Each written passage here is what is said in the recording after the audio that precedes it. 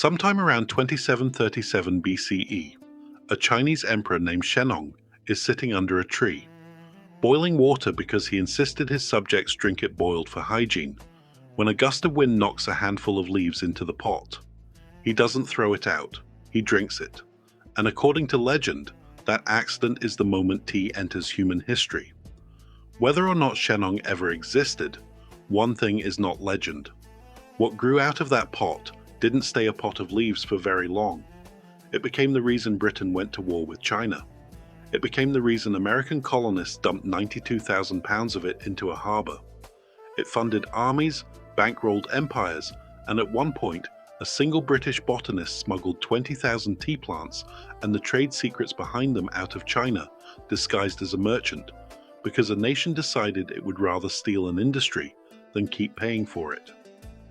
By the end of this video, you'll understand not just what tea is, but how a leaf steeped in hot water became one of the most fought-over commodities on Earth, who risked everything to control it, and what almost nobody knows about the war it helped start.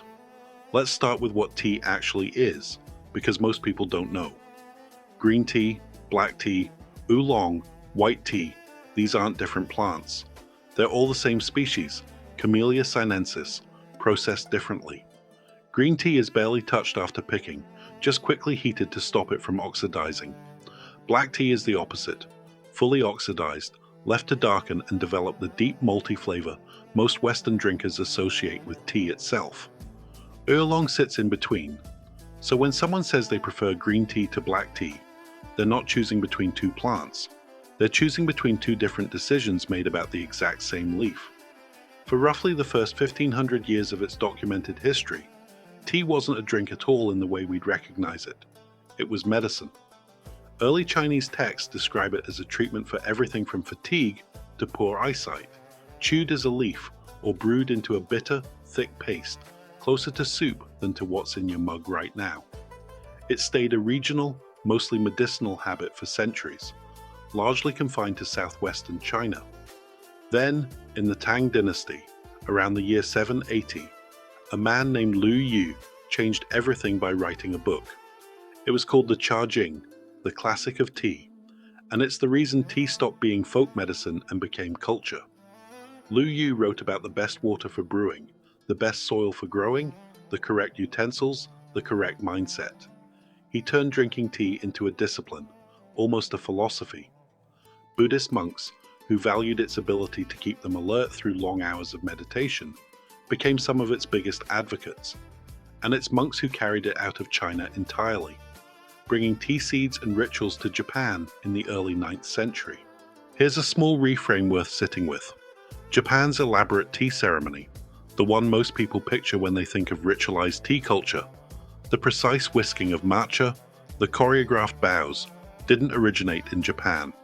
It's a Japanese refinement of a Chinese Buddhist practice, developed over centuries into something distinctly its own. Two cultures, one plant, two completely different ceremonies built around it. For most of tea's history, none of this touched Europe at all. China guarded its tea production as a closely held secret for well over 1,000 years, and that secrecy is going to matter enormously later in this story, so hold on to it. Tea didn't reach Western Europe in any real volume until the 1600s, carried by Dutch and Portuguese traders. It arrived in England almost as a curiosity, expensive and unfamiliar. And this is where the first major misconception needs correcting. Tea did not start out as a British thing. For roughly 2,000 years before an English person ever tasted it, tea was already a fully developed part of Chinese and Japanese life. What actually happened is that Britain adopted tea late, then industrialized its consumption so aggressively that within a couple of centuries, the association flipped entirely, to the point that most people today would guess tea originated in London before they'd guess it originated in Yunnan. The turning point was 1662, when a Portuguese princess named Catherine of Braganza married England's king, Charles II. She brought her tea-drinking habit with her to the English court, and because anything the Queen does becomes fashionable, tea went from foreign oddity to aristocratic status symbol almost overnight. The British East India Company, sensing an opportunity, began importing it at scale. By the early 1700s, tea had trickled down from palace to coffee house to middle-class parlor. By the mid-1700s, it was a staple in working-class households too, not a luxury anymore, but close to a necessity. And that's when the numbers start getting dangerous. By the late 1700s, Britain's appetite for tea was staggering, and there was a problem nobody in London wanted to say out loud.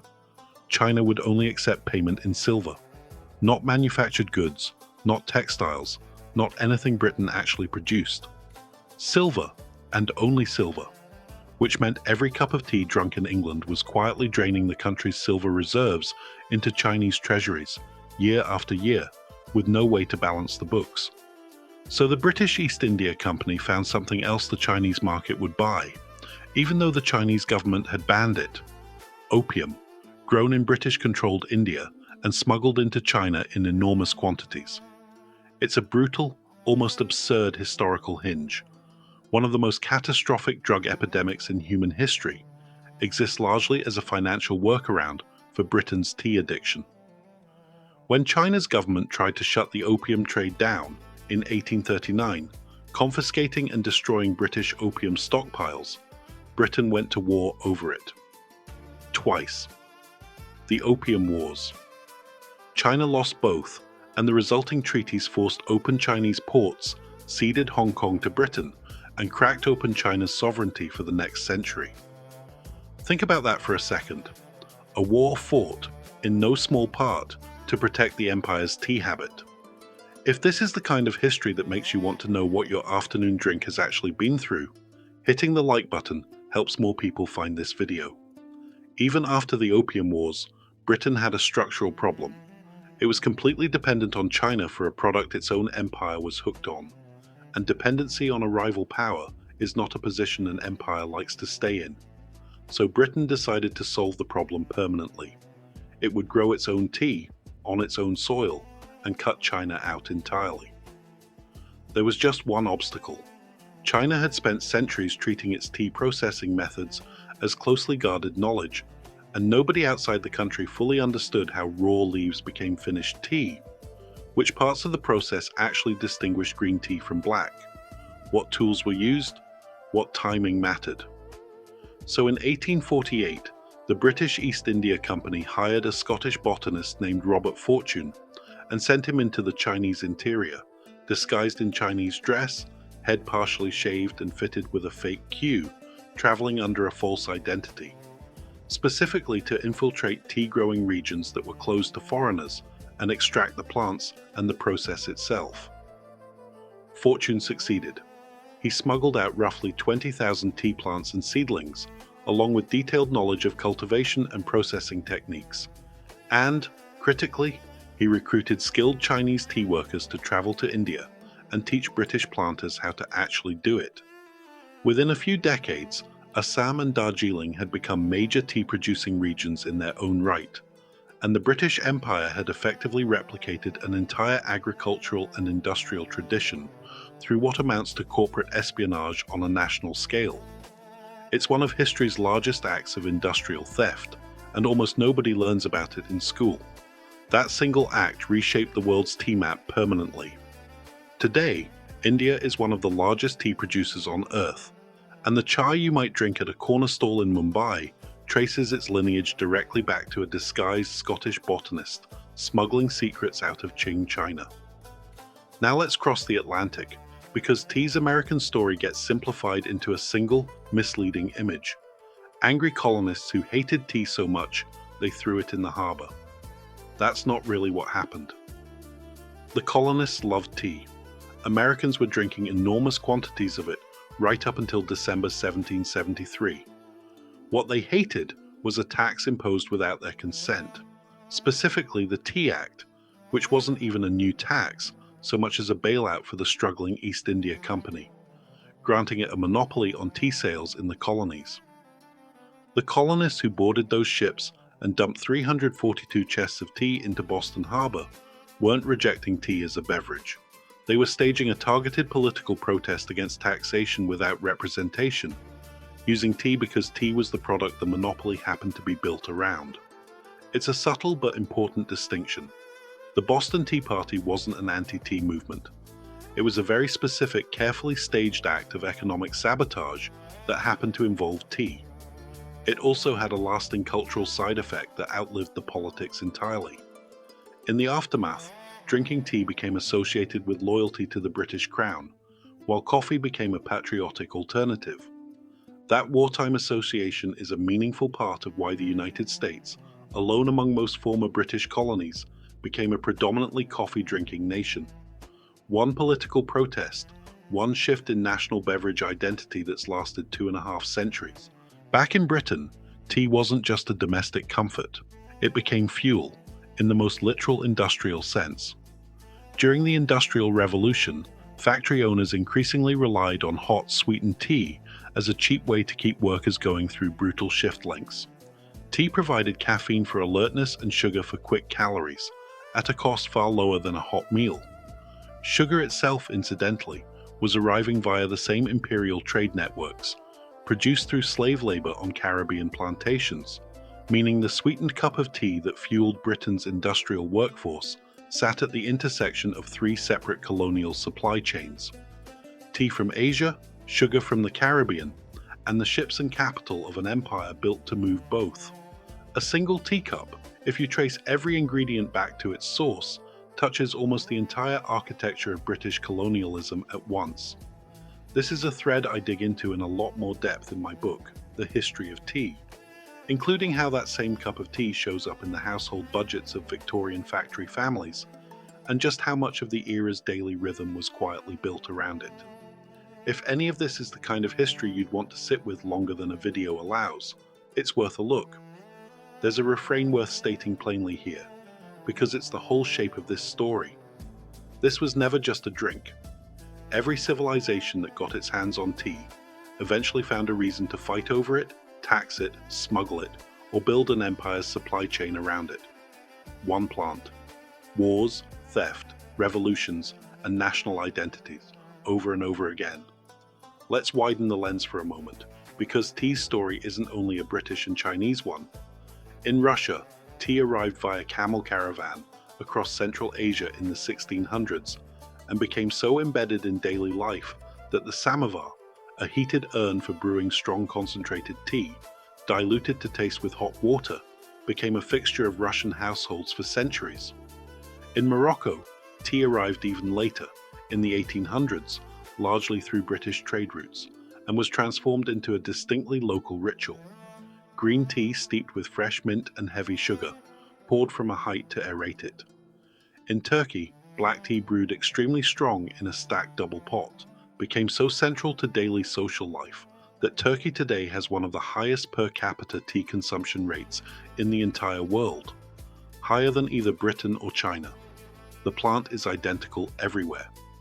What each culture built around it is completely different, which brings us to something almost nobody expects. The tea bag, one of the most recognizable objects associated with tea today, was never actually invented on purpose. In 1908, a New York tea merchant named Thomas Sullivan began sending customers small samples of loose tea in silk sachets, intending for them to open the sachet and brew the leaves loose, the traditional way. His customers, either misunderstanding or simply finding it more convenient, started dropping the entire silk sachet straight into hot water. Sullivan noticed the pattern, and in an early example of a happy accident being turned into a deliberate product, went on to develop the tea bag as we'd recognize it, commercializing what his customers had already invented for him by mistake. Today, tea is the second most consumed beverage on the planet after water, ahead of coffee, ahead of soft drinks, ahead of everything else humans reach for. Roughly 2 billion cups are consumed globally every single day, and modern research has actually validated a fair amount of what Lu Yu and centuries of tradition intuited without any lab equipment at all. Tea contains compounds called catechins, a type of antioxidant particularly concentrated in green tea, alongside an amino acid called L-theanine that appears to work alongside caffeine to produce alertness without the jittery crash associated with coffee. None of this was measurable in the 8th century, but the people drinking it already suspected they were onto something. So think back to that pot of boiling water under a tree, wind knocking in a handful of leaves.